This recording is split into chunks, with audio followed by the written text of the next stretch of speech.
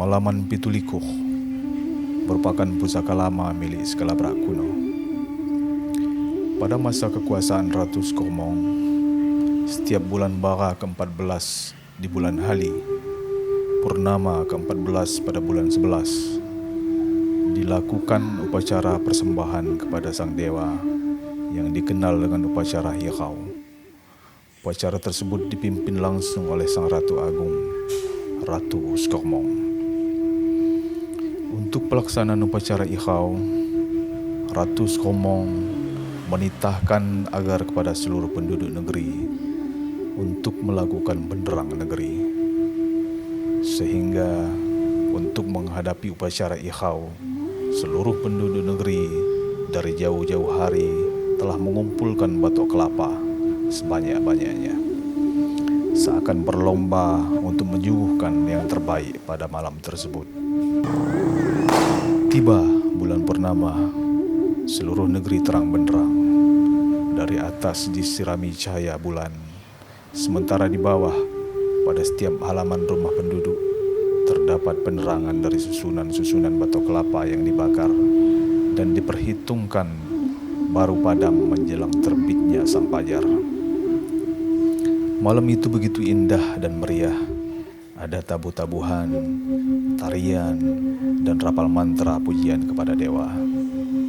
Di sisi lain, malam itu juga mencekam, karena pada malam itu seorang gadis suci nan jelita, pilihan para pembesar negeri, akan dikurbankan sebagai persembahan kepada dewa. Sekiranya persembahan tersebut diterima, mereka meyakini bahwa pada malam satu temu, malam pertama bulan 12, para dewa akan menurunkan 7 bidadari. Karena itulah pada malam satu temu di negeri Skalabrak kembali dilakukan benderang negeri dengan membakar batok kelapa, namun dengan suasana yang hening untuk menyambut turunnya 7 bidadari. Seiring dengan masuknya Islam di bumi Skalabrak, Skalabrak kuno mengalami keruntuhan dan berdirilah kerajaan adat Paksipa Skalabrak dengan keyakinan baru, yaitu Islam. Upacara ini tetap terwariskan, namun sudah bernuansa Islami dengan sebutan baru, Malaman Pitulikuh. Dilaksanakan pada setiap malam 27 Ramadan.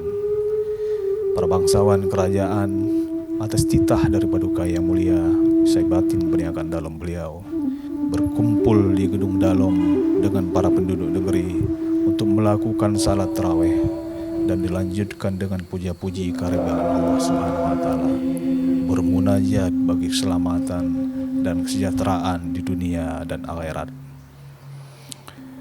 Puja-puji dilanjutkan dengan benderang negeri dengan membakar batok kelapa seraya berselawat dan berzikir dengan diiringi tetabuhan melalui butabu hadra, bugamol, serta membunyikan kelekup di halaman Gedung Dalem dalam rangka menyambut turunnya para malaikat ke langit dunia yang menandai malam Lailatul Qadar.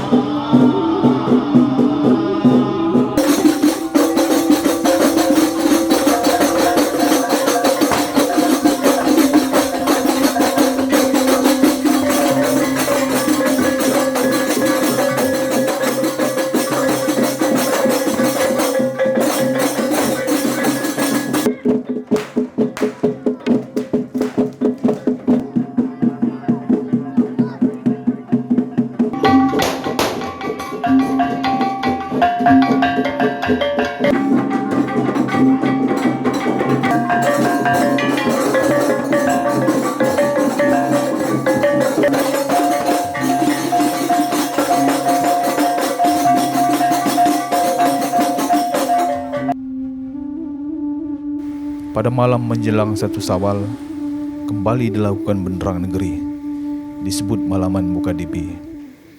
Seluruh negeri diimbau berkumpul di masjid dan surau-surau untuk melantunkan takbir, tahmid dan zikir dalam rangka menyambut 1 Syawal pada esok harinya.